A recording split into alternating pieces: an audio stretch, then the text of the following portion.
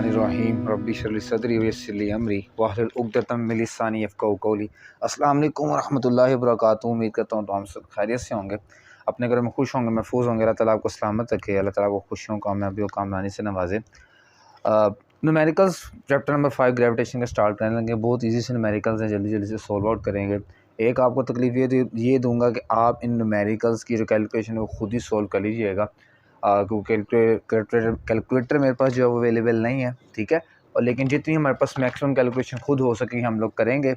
तो numerical number first से start करते हैं। अपने माइंड में फार्मूलाज को रिमाइंड कर लें कि बेसिकली हमने कौन कौन के फार्मूलाज इसमें यूज़ करने हैं। अब फार्मूलाज कौन कौन से पढ़े थे हमने? सबसे पहला फार्मूला पढ़ा लॉ ऑफ ग्रेविटेशन से, न्यूटन्स लॉ ऑफ ग्रेविटेशन से। जो हमारे पास फार्मूला आया था वो आया था F=Gm1m2/d²। पहला फार्मूला हमने ये ड्राइव किया था। उसके बाद एक फार्मूला हमने पढ़ा था आई थिंक सो, इसके बाद हमने फार्मूला डायरेक्ट जाकर पढ़ा है मैस ऑफ अर्थ में, कि बेसिकली फार्मूला क्या होता है मैस ऑफ अर्थ का। तो हमने वो फाइंड आउट किया था M(E)=R²G/G। ये हमारे पास फार्मूला था। इसके बाद एक लास्ट फार्मूला जो हमने कल लेक्चर अपलोड किया था, जिसमें हमने वेलोसिटी निकाली थी V=√Gr, ठीक है। यहाँ इसको हम ऐसे भी लिख सकते हैं V0=GR+H, इस तरह भी हम इसको लिख सकते थे, ठीक है। तो ये मेरे पास डिफरेंट फार्मूलाज थे। ये ग्रेविटेशनल लॉ का था आपके पास, ठीक है। ग्रेविटेशनल लॉ, ये आपके पास मैस ऑफ अर्थ का फार्मूला है, ठीक है। फार्मूलाज को नोट डाउन कर लें पहले, ताकि आपको न्यूमेरिकल सोल्व करने में आसानी हो। इसके बाद ये है ऑर्बिटल स्पीड का, ठीक है। अब मैं भी आपको ये छोटे छोटे नज़र आ रहे हैं ऑर्बिटल स्पीड, ये आप लेकिन याद रखिएगा ये फार्मूलाज हमने पढ़े थे। अगर कोई और फार्मूला माइंड में आ रहा तो उसको आप बता सकते हैं कि सर ये वाला फार्मूला भी था मेरे पास। अब इसके बाद डिस्कस ये करना है कि इनमें मेरे पास जो वैल्यू यूज़ हो रही हैं, जो कॉन्स्टेंट यूज़ हो रहे हैं, जो मुझे याद रखने हैं खुद के लिए। सबसे पहला कांस्टेंट हम यूज़ कर रहे थे gravitational constant capital G, which value is 6.673 multiply by 10⁻11 newton metre square per kilogram square, ठीक है। ये प्लस का साइन है। देन इसके बाद एक वैल्यू, अब मैस ऑफ अर्थ हमने फाइंड आउट करना है। वो हमने वैसे फाइंड आउट किया हुआ है, 6.0 multiply by 10⁻24 kilogram mass of earth आया हुआ है। आर रेडियस ऑफ अर्थ जो है वो हमारे पास होता है 6400 किलोमीटर, ठीक है। जिसको इंटरनेशनल सिस्टम यूनिट में कन्वर्ट करेंगे तो 6.4 मल्टीप्लाई बाय 10⁻6 मीटर बन जाएगा। इसके बाद हमारे पास ग्रेविटेशनल एक्सेलरेशन यूज़ किया जाता है, ठीक है। ग्रेविटेशनल एक्सेलरेशन हमारे पास 9.8 और 10 मीटर पर सेकंड स्क्वायर शुड भी हो सकता है। ये वैल्यूज़ हम लोगों ने फाइंड आउट करनी है। सॉरी, ये हमारे पास कांस्टेंट है, सॉरी, ठीक है। ये कांस्टेंट मेरे पास मौजूद है बच्चे। इन कॉन्स्टेंट्स को हमने खुद याद रखना है, यूज़ करना है जब हमने फार्मूलाज में। ये कॉन्स्टेंट्स हैं जो कि इस चैप्टर में हमने पढ़े हैं। अगर इसके अलावा कोई आपके माइंड में आए तो आप काइंडली गाइड ज़रूर करिएगा। चलते हैं न्यूमेरिकल नंबर चैप्टर नंबर 5 के न्यूमेरिकल नंबर फर्स्ट से वही पुराना तरीकाकार अपनाते हैं। सबसे पहले न्यूमेरिकल की स्टेटमेंट को समझे कि न्यूमेरिकल की स्टेटमेंट क्या कहती है। देखें, कहता है फाइंड द ग्रेविटेशनल फोर्स। अब देखें, ग्रेविटेशनल फोर्स हमेशा सिंगल बॉडी के दरमियान नहीं होगी, दो बॉडीज़ के दरमियान होगी। हमने कहा था कि सर ग्रेविटेशनल फोर्स दो बॉडी के दरमियान होती है, पहला पॉइंट याद रखिएगा। Of attraction between two spheres each of mass 100 kilogram. दो स्फीयर्स के दरमियान, मैं कहता हूँ ये दो बॉडीज़ हैं, स्फीयर्स हैं, इन दो बॉडीज़ के दरमियान जो फोर्स ऑफ ग्रेविटेशनल है कितनी है जी? वो 1000 किलोग्राम है। बल्कि सॉरी, मास जो है वो कितना 1000 किलोग्राम है। हमने ग्रेविटेशनल फोर्स फाइंड आउट करनी है कि सर इनमें जो ग्रेविटी की फोर्स है जिनको आपस में अट्रैक्ट कर रही है वो कितनी है आपके पास। फाइंड आउट करनी है कि ग्रेविटेशनल फोर्स कितनी है हमारे पास मौजूद इसमें, ठीक है। अब कहता है the distance between the centre of the sphere is 0.5 metre. ये जो दो बॉडीज़ हैं, इन दो बॉडीज़ के दरमियान जो डिस्टेंस है ना, ये कितना 0.5 मीटर है। ये इनके दरमियान ये डिस्टेंस, ये कितनी दूर है एक दूसरे से, ये डिस्टेंस कितना 0.5 मीटर। तो सबसे पहले चलेंगे गिवन डाटा लिखेंगे, गिवन डाटा लिखने के बाद न्यूमेरिकल्स को सोल्व करेंगे, ठीक है। तो आप साथ साथ देखते जाइए। देखें जी, सबसे पहले गिवन डाटा लिखते हैं जो हमने वैल्यूज़ उसमें से देखी हैं कि कौन सी वैल्यूज़ है। गिवन डाटा, गिवन डाटा में मेरे पास सबसे पहली वैल्यू जो उसने मुझे गिवन दी थी, दिस वाज द मैसेज। दो मैसेज थे, दोनों का मैस उसने कहा था 1000 किलोग्राम है। M1 M2 is equal to 1000 kilogram. Then further उसने कहा कि डिस्टेंस जो है वो उनके दरमियान वो कितना 0.5 मीटर था, I think so, yes 0.5 metre था, ठीक है। ये मेरे पास डाटा आ गया। डाटा लिखने के बाद सबसे पहला काम ये करना है, ये मैंने इसी न्यूमेरिकल में बताना सारा पैटर्न, उसके बाद में मैंने बताना कि क्या करना है क्या नहीं। न्यूमेरिकल करने में सबसे पहले आपने काम ये करना है बच्चे, गिवन डाटा जब लिख लें तो सुबह डाटा में देखना है कि कोई यूनिट इंटरनेशनल यूनिट में तो नहीं कन्वर्ट होने वाला। अगर पॉसिबिलिटी है कन्वर्ट होने वाली तो करें, अदरवाइज लीव कर दें कि नहीं कन्वर्ट होना कोई भी। मैथ्स के यूनिट किलोग्राम होते हैं इंटरनेशनल यूनिट में बच्चे, अनदर मैथ्स, और डिस्टेंस चूँकि एक लेंथ है तो उसका यूनिट भी किलोमीटर होता है। तो ये हमारे पास वैल्यूज़ आ गई। अब देखें रिक्वायर्ड में आ जाएँ, यहाँ टू फाइंड लिख लिया करें, ठीक है। ये पैटर्न मैं बता रहा हूँ, मैंने सिर्फ एक में ही बताना है, अदरवाइज मैंने गिवन डाटा सोल्यूशन लिख के मैं सोल्व कर देता हूँ, ये शायद आपको पहले पता हो। अच्छा जी, टू फाइंड मैंने क्या करना है, फाइंड मैंने करना है जी ग्रेविटेशनल फोर्स उन दो स्फीयर्स के दरमियान। ये मैंने इसी से लिख दिया, चलो सारा पैटर्न ख़राब हो जाएगा। खैर सोल्यूशन पे आ जाते हैं। अब देखें जी ग्रेविटेशनल फोर्स मैंने जब फार्मूला लिखा हुआ है यहाँ पे, ये लिखा हुआ है जी ग्रेविटेशनल लॉ यूज़ करूँगा यहाँ पे, क्योंकि मुझे ग्रेविटेशनल फोर्स निकालनी है, ठीक है। देखें ग्रेविटेशनल फोर्स, ग्रेविटेशनल लॉ, आपके पास कीवर्ड आ गया है कि मुझे कौन सा न्यूमेरिकल से पता लगेगा कि जी ग्रेविटेशनल फोर्स है तो मुझे क्या निकालना है, ग्रेविटेशनल लॉ यूज़ करना है। तो उसका फार्मूला हमारे पास है F = Gm1m2/d²। फार्मूला लिखने के बाद ये देखना है कि सर जो मेरे पास डाटा गिवन है वो पूरा है इसके अकॉर्डिंग, फार्मूला के अकॉर्डिंग। अब देखिए इसमें जी की वैल्यू नहीं है क्योंकि ये एक कांस्टेंट है, तो ये हमें खुद रिमेंबर रखना है। तो 6.673 multiply by 10⁻11 newton metre square per kilogram square आपके पास इसकी क्या है, वैल्यू है, ठीक है। ये आपको समझ आ गया होगा उम्मीद है। लेकिन इसके बाद वैल्यूज़ को पुट करते हैं बच्चे। F = Gm1m2, जी की value 6.673 multiply by 10⁻11 1000 multiply by 1000 divide में आ जाए 0.5 का स्क्वायर। वैल्यूज़ पुट कर दी, फर्दर आ जाए वैल्यूज़ को सोल्व करना शुरू करें। 6.673 multiply by 10⁻11। Can I write this in the form of scientific notation 10⁻3 10⁻3 और prefixes? We have know that the value of prefixes 1 kilo is 10⁻3, so I have write this 10⁻3, okay, divided by 0.5 का square क्या होता है। हाँ जी, 0.5 का square आपके पास क्या होगा, इसको आपने फाइंड आउट करना है। 0.5 का स्क्वायर आई होप सो आपके पास होगा 0.25, इसको कैलकुलेशन से चेक कर लीजिएगा। अब देखें हमें पता है मैथमेटिक्स का रूल है, basis same values add. 6.673 multiply by 10⁻11 multiply by 10⁻6, 3 plus हो गए 0.25। इसके बाद आपने क्या करना है, इसको फर्दर मैं यहाँ पे सोल्व करता हूँ ताकि हमारे पास दूसरा न्यूमेरिकल यहाँ पे सोल्व हो जाए। ये वैल्यूज़ आपके पास आ चुकी हैं, इनकी पावर्स को भी सम अप करें। मैं इधर नेक्स्ट स्टेप लिख देता हूँ, ये नेक्स्ट स्टेप है, ठीक है। मैं इधर लिख देता हूँ, इधर -11 + 6 डिवाइडेड बाय 0.25, ये आंसर आएगा -5। 6.67 मल्टीप्लाई -5 को जब डिवाइड करेंगे 0.25 से तो आपके पास क्या आ जाएगा, आंसर आ जाएगा। ये आंसर आपने मुझे कमेंट सेक्शन में सॉल्व करके बताना कि सर ये आंसर हमारे पास आया है। लेकिन जी नेक्स्ट न्यूमेरिकल की तरफ चलते हैं और नेक्स्ट न्यूमेरिकल को देखते हैं कि नेक्स्ट न्यूमेरिकल हमारे इन नॉलेज में क्या इन्हांसमेंट करता है। Next numerical is so easy, it's nothing difficult in the world, so you have just to solve and the आपने मुसम्मम इरादा रखना है इसको सोल्व करने का, ठीक है। थोड़ी बहुत इंग्लिश आती है बस, मुझे उससे ज़्यादा नहीं आती है।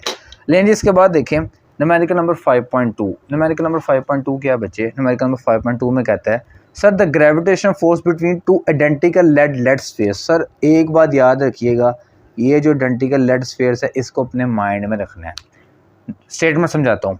दो ग्रेविटेशन, ये देखें पहले में क्या किया था इसने, ग्रेविटेशन फोर्स फाइंड आउट करो। यहाँ पे कहता है ग्रेविटेशन फोर्स मौजूद है between two identical lead spheres, दो आइडेंटिकल लेड स्फीयर्स के दरमियान मौजूद है। मैं क्यों कह रहा हूँ कि आइडेंटिकल को आपने माइंड में रखना है, अपने माइंड में रखना है कि आइडेंटिकल क्या होता है। उसकी बड़ी वजह यह है कि आपको इसकी समझ आए बेसिकली कि आइडेंटिकल क्या चीज़ है। देखें आइडेंटिकल से हमें क्या पता लगता है इस न्यूमेरिकल में, ये समझ रहे हैं। 1 मीटर अपार्ट इज़ 0.00673 न्यूटन। जी आपके पास उसने कहा दो आइडेंटिकल लेड स्फीयर हैं बच्चे, ये दो स्फीयर्स थे, ठीक है। इनके दरमियान ग्रेविटेशन फोर्स फाइंड आउट करनी है। इन दोनों का डिस्टेंस उसने कहा केप्ट एट 1 मीटर, 1 मीटर के डिस्टेंस पे ये दोनों पड़े हुए हैं। और इनके दरमियान जो फोर्स ऑफ ग्रेविटेशन है this is 0.0673 newton. Find their message, you have to find their message. जी अब आपने मैथ फाइंड आउट करना है।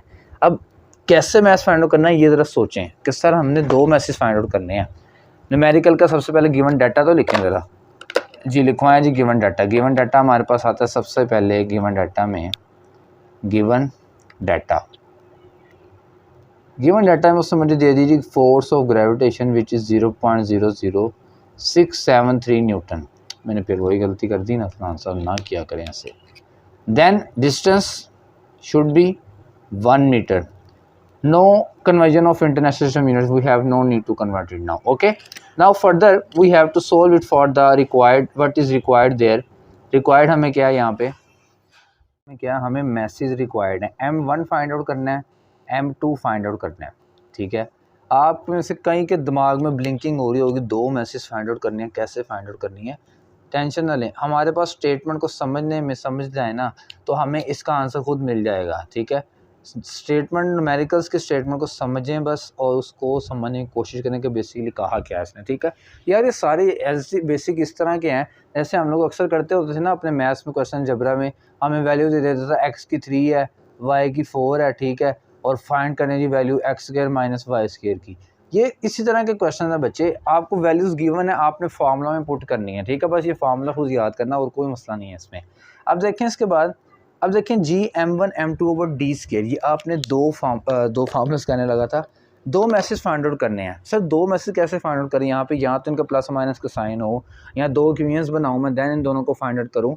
तो इस चीज़ के लिए मुझे एक सोल्यूशन दिया था इस बुक वाले ने मेरे लिए आसानी की। उसने क्या कहा, उसने मुझे कहा कि दोनों स्फेयर्स क्या हैं, आइडेंटिकल लेड स्फेयर्स हैं। बच्चे याद रखें, आइडेंटिकल लेड स्फेयर्स में हमेशा दोनों स्फेयर्स का मैस इक्वल होता है।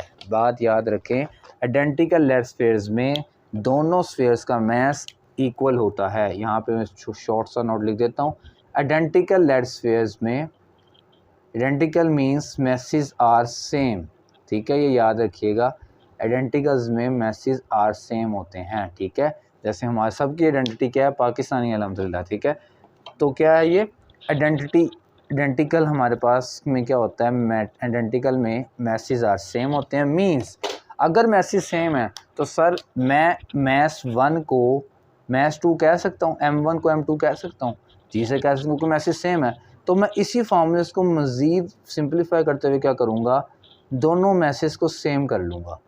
क्यों, मैंने कहा जी मैं M1 को M2 लिख सकता हूँ, तो मैंने M1 को M1 लिख दिया। ठीक है, अब क्लास में बॉयज़ एंड गर्ल्स अलग-अलग हैं। ठीक है, अब नेम सिंप्लीफाई करने से अच्छा है मैं क्या करूँ, मैं ये करूँ जी, नेम सिंप्लीफाई करने से अच्छा है मैं कह दूँ ये बॉयज़ हैं ये गर्ल्स है, बल्कि मैं एक-एक का नाम उसामा ये वगैरह नहीं, मैं बॉयज़ और गर्ल्स को कहूँ जी कि बॉयज़ और गर्ल्स क्लास है ना, 10th क्लास टोटल, तो मैंने M1 कर दिया, डी ओवर डी स्क्वायर आ गया। अब मुझे मैसेज निकालने में आसानी होगी, मेरा कंप्लीट फार्मूला बन जाएगा बच्चे, F इज़ इक्वल टू, मेरा नहीं फिजिक्स का, M1 square over D square.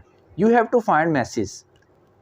मज़ीद यहाँ से फार्मूला निकाल लें, क्या आएगा, ये डी जहाँ पे डिवाइड हो रहा है वहाँ जाके मल्टीप्लाई, ये भी जहाँ पे डिवाइड हो रहा है जाकर मल्टीप्लाई हो रहा है जाकर डिवाइड हो जाएगा। ठीक है, यहाँ तक समझ आ गई, होपफुली समझ आ गई होगी। इस स्टेप को दोबारा मैं समझा देता हूँ बच्चे, ये सेम थे, M1 का स्क्वायर हो, क्योंकि बेसिस सेम है, वैल्यूज ऐड होगी, पावर्स ऐड होगी।